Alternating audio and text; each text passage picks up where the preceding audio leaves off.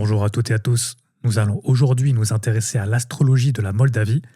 Alors cela peut paraître étrange, mais cela s'inscrit dans une série d'articles, enfin ici de podcasts plutôt, consacrés à l'astrologie de l'Europe de l'Est et de la Russie.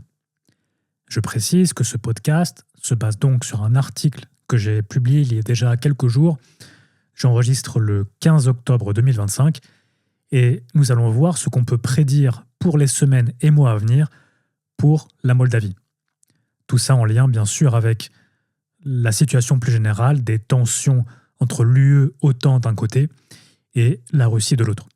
Pour ceux qui n'auraient pas la patience d'écouter l'analyse en entier, je peux vous donner une partie des prédictions dès maintenant, possiblement des tensions internes, voire des manifestations de la part de la population. Il est possible aussi que l'UE, OTAN déploie des troupes sur le sol moldave, en utilisant comme prétexte soit une ingérence russe, soit une crise interne, soit la situation de la Transnistrie. En réponse ou en prévention d'une telle action, la Russie pourrait également agir et décider d'intervenir à son tour. Tout ça pourrait avoir lieu entre le mois de septembre 2025 et mars 2026. Alors, coup du sort, juste avant de commencer cet enregistrement, je viens de tomber sur un article indiquant que le Royaume-Uni allait envoyer des instructeurs pour aider les forces armées moldaves en ce qui concerne les tactiques anti-drones. Je mettrai à l'image lors du montage l'article. Je profite également de cette introduction pour faire un bref rappel sur ma vidéo précédente concernant le lien entre le cycle des conjonctions de Saturne et Neptune en Bélier et l'histoire de la Russie. Et vu que ce qui était dit rejoint ou en tout cas étoffe ce qu'on va pouvoir dire aujourd'hui, je vais résumer très brièvement l'hypothèse qui était présentée dans cette vidéo. On se rend compte en étudiant les conjonctions de Saturne et Neptune en Bélier. Encore une fois, j'insiste bien que c'est spécifique au signe du Bélier, puisque dans d'autres signes, c'est assez différent. Donc on se rend compte que cela semble correspondre à des périodes de l'histoire où les peuples russes ou slaves connaissent de grandes migrations, que cela soit vers l'Est ou vers l'Ouest. Ça, c'est en fonction du mini-cycle dont il est question. Mais que cela correspond aussi à des extensions majeures du territoire russe, ou au moins à une réaffirmation de l'identité et de la culture russe ou slave. Pour plus de détails, je vous renvoie à la vidéo, ou sinon à mon blog, à l'article qui était consacré à ce même sujet, sur astraclavis.substack.com. D'ailleurs, en parlant de mon blog, si vous lisez l'anglais, je vous invite à le consulter. C'est totalement gratuit et vous n'avez pas besoin de vous inscrire.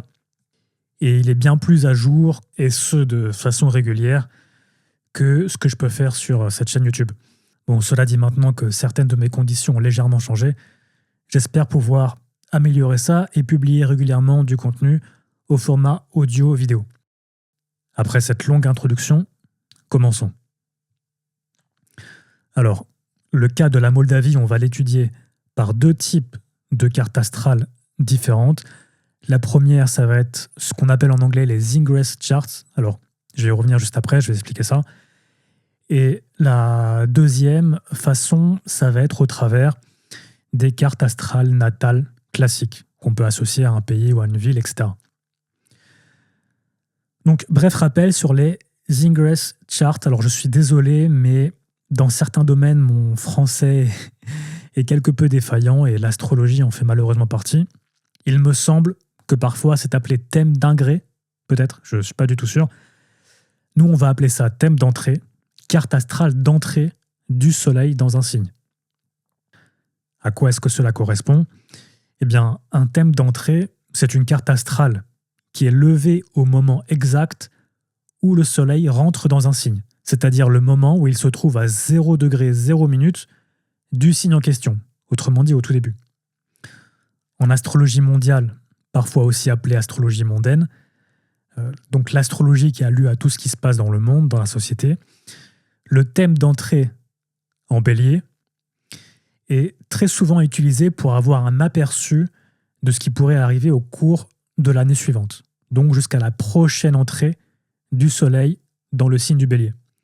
C'est en quelque sorte le nouvel an du zodiaque.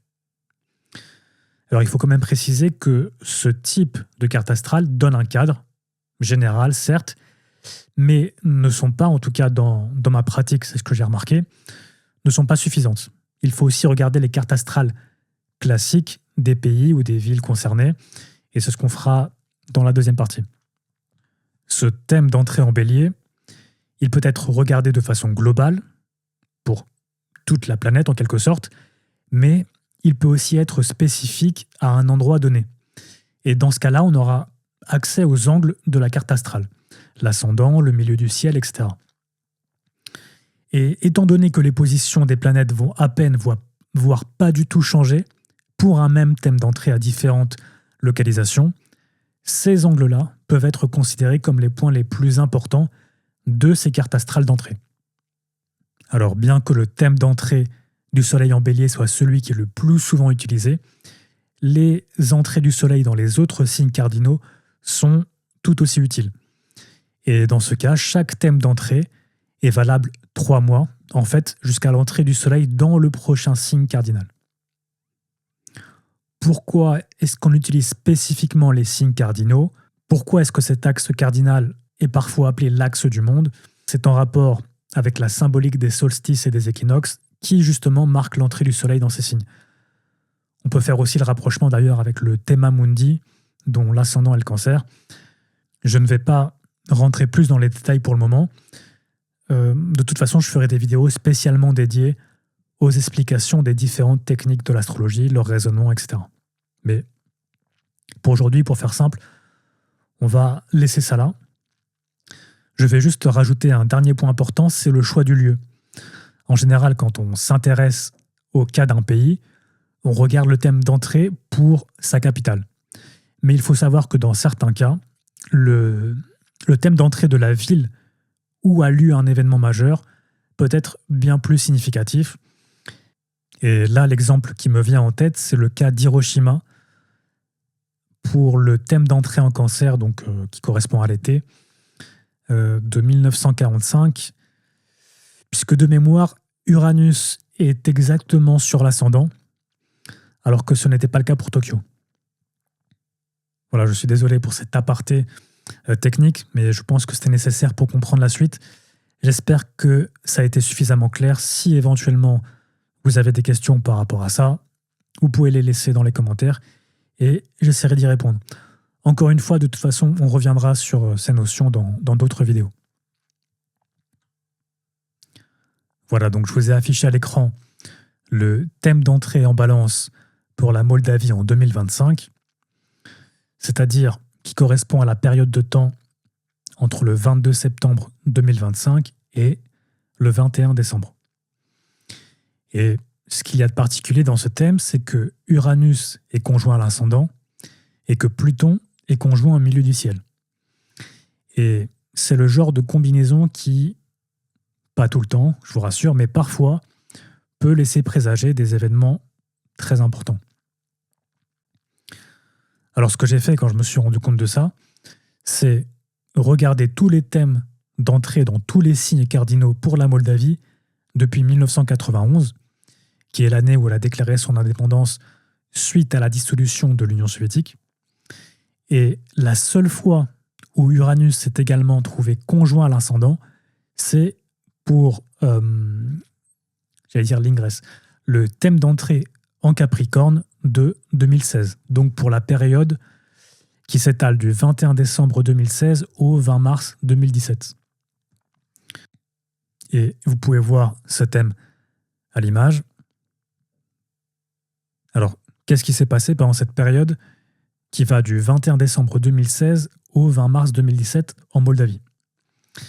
Eh bien, il y a eu une crise interne en rapport avec le positionnement du pays par rapport à sa relation entre l'UE et la Russie. Le nouveau président qui venait d'être élu, Igor Dodon, était favorable à un changement de direction pour la Moldavie vers la Russie et il est allé jusqu'à proposer que soit mis en place un référendum concernant l'adhésion à l'Union économique eurasienne. Il avait aussi annoncé vouloir suspendre les plans d'intégration de la Moldavie à l'Europe. Or, le Premier ministre de l'époque, ainsi que la majorité parlementaire, qui étaient eux pro-UE, se sont opposés à ce changement de direction. De même d'ailleurs que le Conseil constitutionnel qui, à plusieurs reprises, a statué contre le président pour l'empêcher de changer la politique étrangère ou de défense du pays, ce qui l'a donc bloqué dans sa volonté de rejoindre l'Est. On avait d'un côté le président qui faisait des visites en Russie pour essayer d'établir des relations bilatérales, tandis qu'au même moment, le Premier ministre, lui, allait à Bruxelles pour réaffirmer l'engagement du pays à s'intégrer dans l'UE et à mettre en place les réformes nécessaires. Alors, au cours de cette période, l'UE a fini par émettre un avertissement pour la Moldavie en lui disant que toute déviation de l'accord d'association avec l'UE aurait de sérieuses conséquences pour l'assistance financière et la libéralisation des visas. Et la Russie, de son côté, elle levait des embargos sur des produits moldaves qui étaient en place depuis 2014 pour essayer de la ramener de son côté. Donc, la Moldavie se trouvait prise entre deux feux, en quelque sorte, tiraillée entre l'UE et la Russie, et ce, aussi bien extérieurement qu'intérieurement, au sein du propre gouvernement. Il y a eu un certain nombre d'allers-retours, de pression de chaque côté, et finalement, le gouvernement de la Moldavie a approuvé un nouveau plan pour implémenter les accords d'association avec l'Union européenne, et donc aussi des réformes judiciaires, des modernisations, entre guillemets, économiques, etc. Et il y a un autre problème important en Moldavie, qui continue encore à ce jour, c'est la situation de la Transnistrie. Je vous ai mis une image à l'écran. La Transnistrie, c'est cette bande de terre à l'est de la Moldavie qui, au moment de la dissolution de l'Union soviétique, voulait se maintenir dans cette union si jamais la Moldavie, la Moldavie de l'Ouest, rejoignait la Roumanie ou devenait indépendante. De cette divergence, de nombreux conflits sont apparus et à l'heure actuelle, la Moldavie et les Nations Unies ne reconnaissent pas l'indépendance de la Transnistrie, réclamée par son gouvernement local, et considèrent qu'elle fait partie de la Moldavie. La Transnistrie, de son côté, a demandé plusieurs fois de l'aide à la Russie. Et d'ailleurs, il se trouve qu'il y a encore actuellement des forces militaires russes sur place qui sont dites de maintien de la paix. Voilà pour la situation résumée de la Moldavie entre décembre 2016 et mars 2017, et aussi certains enjeux qui sont encore d'actualité. Maintenant que ces bases-là sont posées, on peut regarder le présent et le futur proche du pays. Revenons sur le thème d'entrée du Soleil en balance en 2025 pour la Moldavie, celui que je vous avais montré en premier. Donc j'ai entouré les points les plus importants. Uranus conjoint à l'ascendant, Pluton conjoint au milieu du ciel et Mars en quinconce à l'ascendant. Il me semble qu'en français on dit quinconce, à vérifier. En gros, c'est 150 degrés. Donc ce thème, il est valable du 22 septembre 2025 au 21 décembre 2025. Qu'est-ce qui s'est passé dernièrement en Moldavie ? Eh bien, le 29 septembre, il y a eu des élections et une situation assez tendue. Quelques jours avant le vote, la commission électorale de Moldavie a décidé de bannir des élections plusieurs partis de l'opposition, dont certains étaient plus pro-russes et d'autres, on va dire, qui étaient plutôt neutres. Cela a causé des tensions, des manifestations. Il y a eu également des arrestations de certaines figures liées à cette opposition. Évidemment, le parti pro-UE a gagné les élections, ce qui est maintenant contesté par une partie de la population. Alors, analysons plus en détail ce thème. Uranus en conjonction à l'ascendant pourrait être interprété comme un changement de direction, mais quelle direction ? On pourrait penser au premier abord que les élections qui ont déjà eu lieu avec une victoire du camp pro-Union européenne sont ce changement, Mais si on se réfère au thème d'entrée de 2016 dont on vient de parler, peut-être que c'est plus complexe que ça. D'autant plus si on tient en compte les manifestations, les réfutations de la validité des élections, il est possible que cet apparent tournant vers l'Ouest soit perturbé, voire empêché. D'ailleurs, l'ascendant en Gémeaux, donc signe mutable, double, pointe encore vers ce potentiel va-et-vient entre deux directions différentes, entre deux pôles opposés, l'UE et la Russie. Ensuite, on a Pluton en maison 9 en conjonction au milieu du ciel. Cela pourrait nous parler d'importantes luttes de pouvoir, Pluton, impliquant les dirigeants du pays, milieu du ciel, mais aussi des puissances étrangères, maison 9. Et ces puissances étrangères qui pourraient essayer d'imposer leurs propres intérêts, leur volonté sur le gouvernement. Mars, quinconce à l'ascendant, c'est intéressant entre guillemets puisque c'est un aspect qu'on peut parfois voir dans le cas de conflits qui éclatent, de tensions fortes, voire dans certains cas directement des attaques. D'ailleurs, on remarque aussi que Mars forme un carré avec l'axe milieu du ciel, fond du ciel, ce qui peut être un indicateur de troubles sociaux.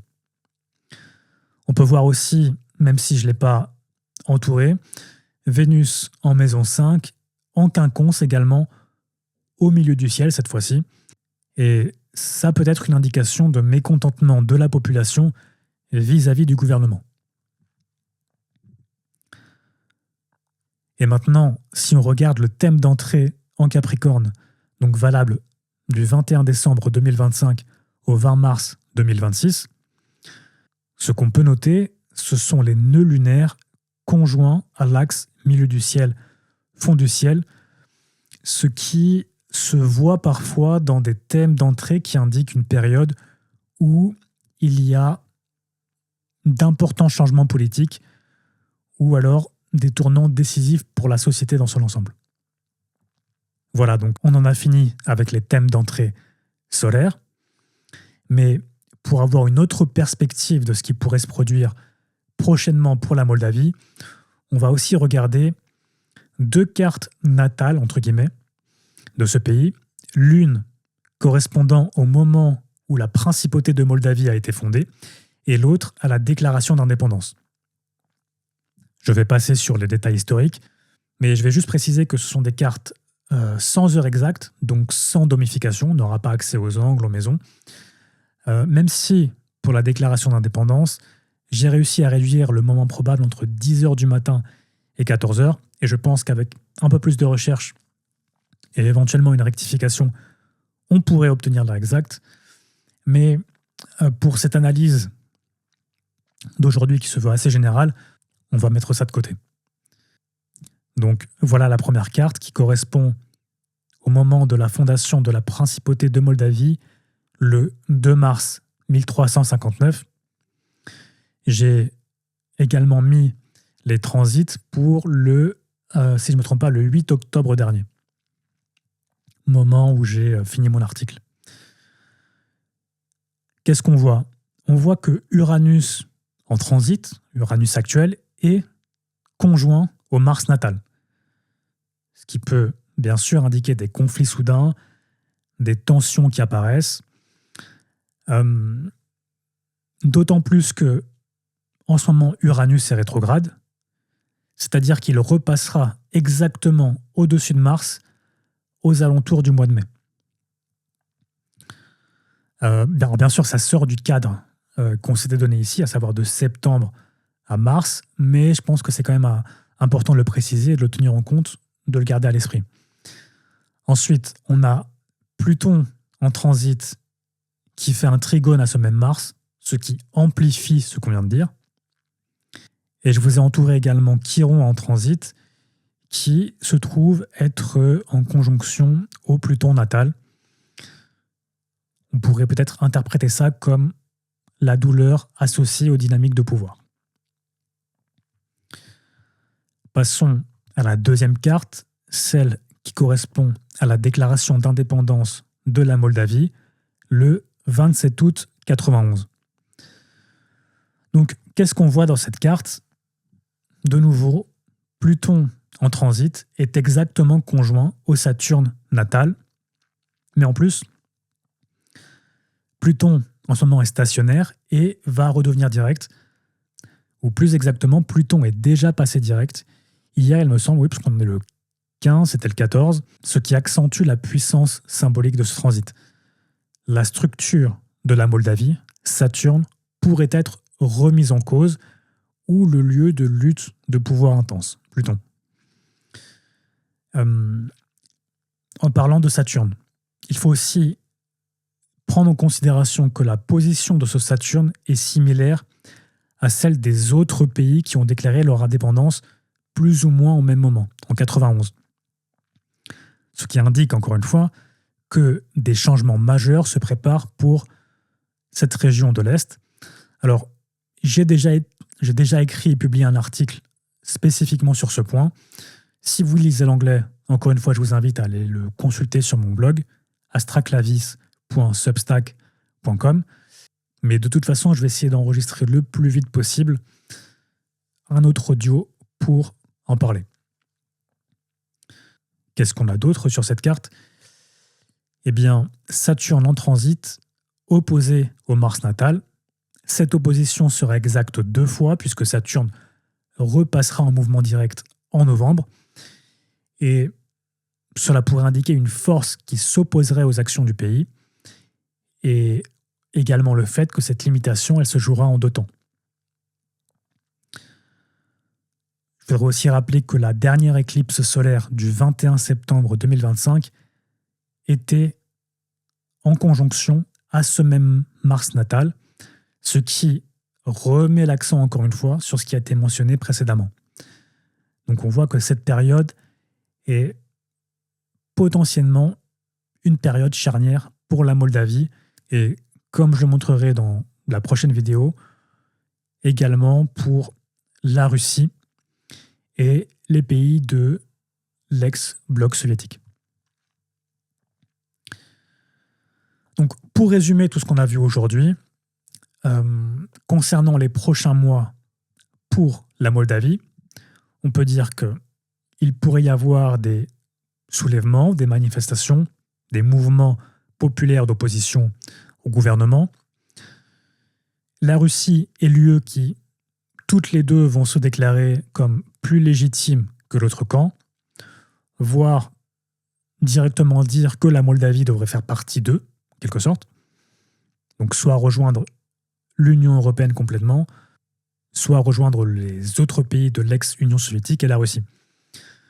Peut-être que l'UE et l'OTAN utiliseront ce contexte de tension comme justification au fait d'envoyer des troupes sur place, ce qui est bien sûr en lien avec le conflit en Ukraine et le narratif actuel des gouvernements de l'Ouest qui semblent vouloir à tout prix entrer en conflit avec la Russie. Comme je disais au tout début de cet enregistrement, un article vient de tomber en disant que le Royaume-Uni allait envoyer des troupes pour former l'armée moldave aux tactiques anti-drone. Donc on est déjà dedans. Donc on est déjà potentiellement dans ce cas de figure. Si cela arrive, ou que cela semble, on va dire, s'amplifier dans ce sens, on pourrait imaginer que la Russie agirait peut-être même de façon préventive.